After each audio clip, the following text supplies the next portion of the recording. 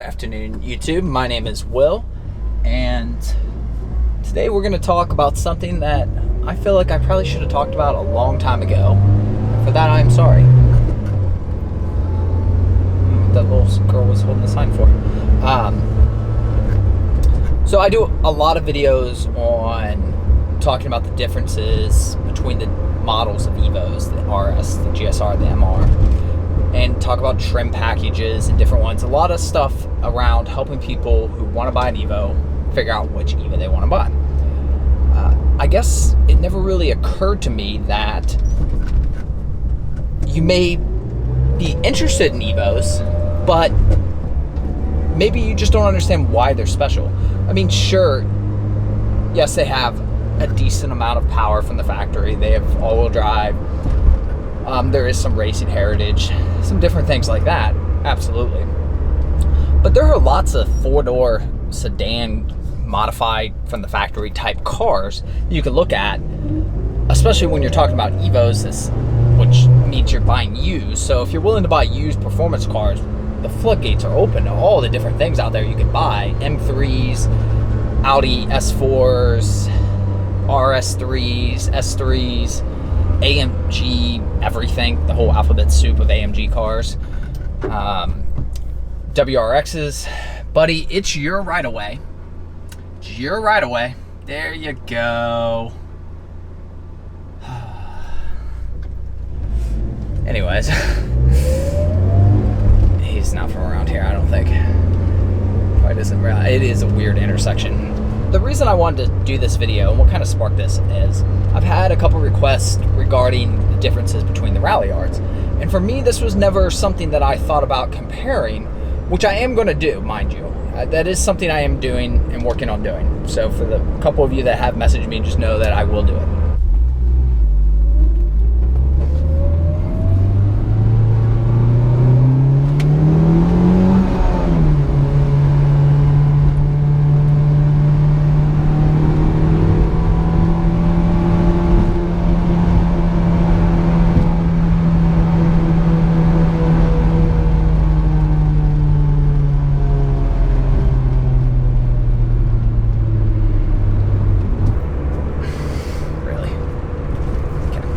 So I think the reason it never hit my radar is because I know how different the two cars really are, even though they don't seem that different. But it dawned on me that that's in essence what makes an Evo so special to begin with over all those other cars I listed and many more that I haven't listed. Speaking of S3s. Nope, just kidding. Just a regular A3. Don't buy that. Hopefully the air doesn't change too much, but man, it's getting really warm in here. What are you doing, Yukon?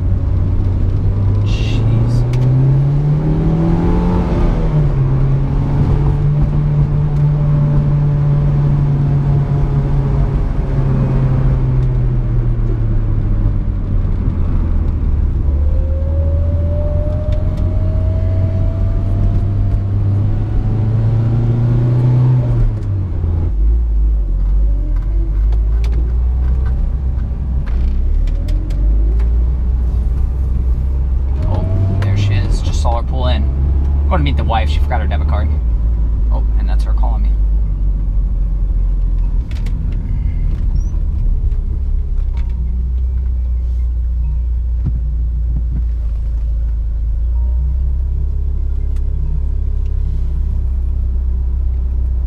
She's calling me right now, but she doesn't realize I'm here. I've pulled up next to her. I don't know if you're gonna be able to see through the tent.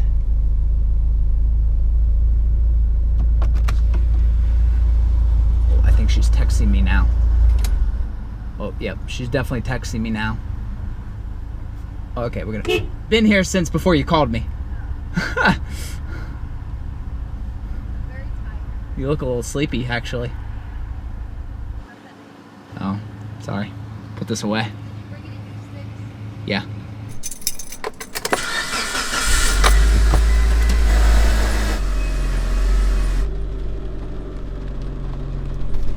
Alright, obviously it's the next day. I ended up helping her grocery shop, so I didn't go any further. Running up to Kenwood right now.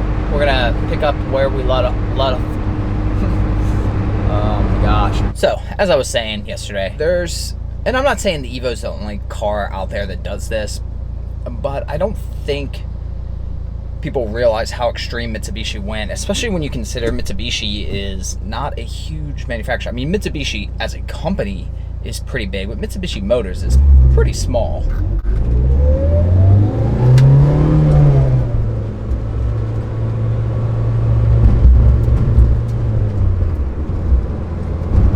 The biggest thing I want to talk about is weight.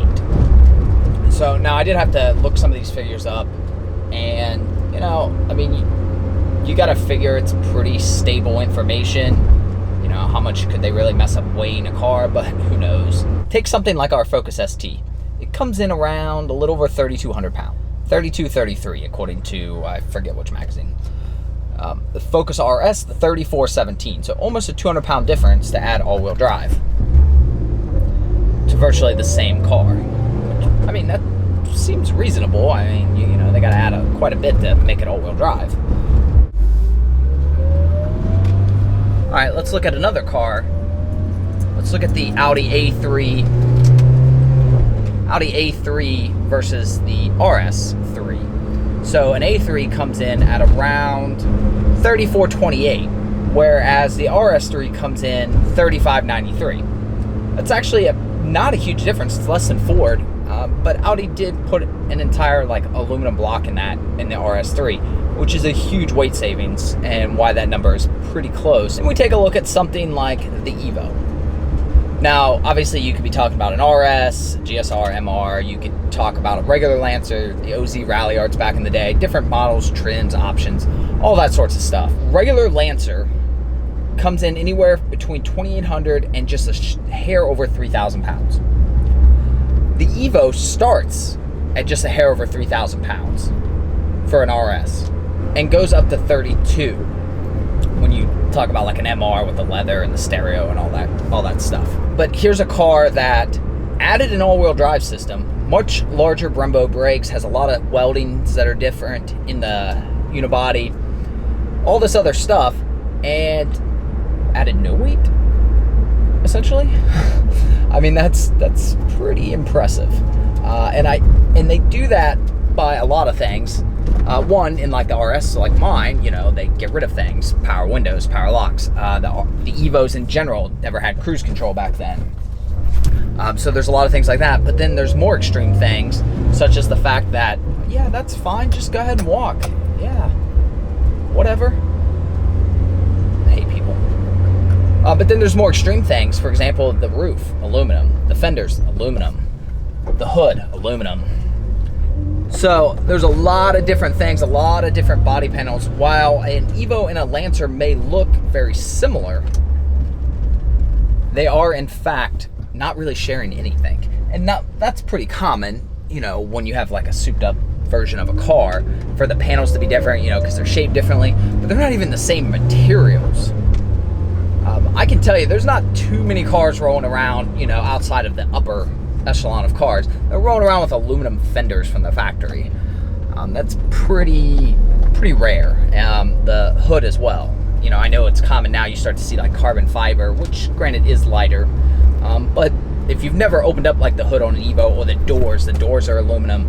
If you've never opened this stuff up, you don't realize how light these doors are, how light the fenders are, how light the hood is compared to a normal car at the time, and even really today. And that's something that you don't see in other cars, specifically like if you compare to what a lot of people like to compare to, the STI, or a more modern comparison like the Focus RS. There's none of that extreme going on that Mitsubishi did with this car.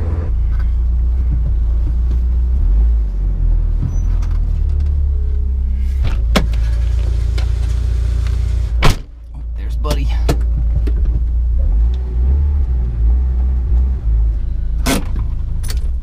Hi, Buddy. Hi. Gotta let me get out. Gotta let me get out. Hi. I know.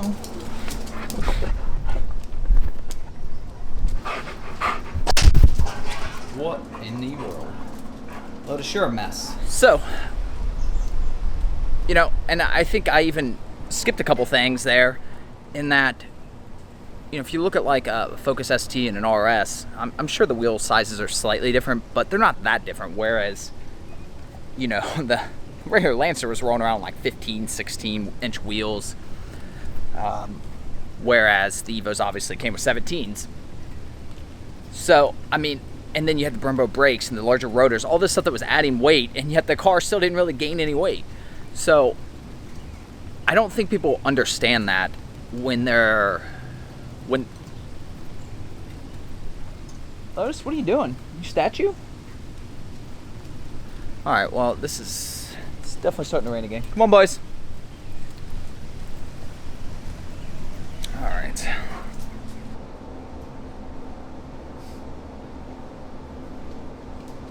Thank you, Nest, finally. Okay, so sorry, we keep jumping all around, but I want to wrap this up. I guess the thing is, if you're unsure of why Evos are special, it's probably because you've never driven one or at least even ridden in one. You can usually just from riding in them kind of tell, but driving I think is where you're going to get the most obvious perspective. And you start to really realize that this is more than just a souped up car. Nothing against any of these other cars, the M3s, the RS3s, STIs even, any of their stuff. Awesome cars. But drive like a 3 Series and then an M3 and you go, wow, this is a big difference. But if you could find a decent one, find an old Lancer and then drive an Evo, and it's like, if I didn't look at the outside and see a resemblance, I would have no idea that this is the same car. You know, there's just nothing quite so drastically different. And I'm not saying Evos are the best cars in the world. I'm not saying they're the fastest or the best handling or anything like that. What I'm saying is, when these things came out for the money and everything, the amount of performance that Mitsubishi put into these things was just insane to really comprehend. And even when you hear me tell you and you read about it and you see other videos, until you actually experience it, it's really kind of hard to understand. And so if you're new to Evos and you're just kind of wondering what the big deal is, try to find one. Try to find somebody who has one. I know they're harder to find. Make friends with somebody. Take one for a drive. Test drive one if you can. Most dealers, even though they're used cars, are going to be pretty strict on that. I don't usually have a problem. I'm a little bit older. Plus, I usually show up in an Evo, so I'm not here because of, an Evo.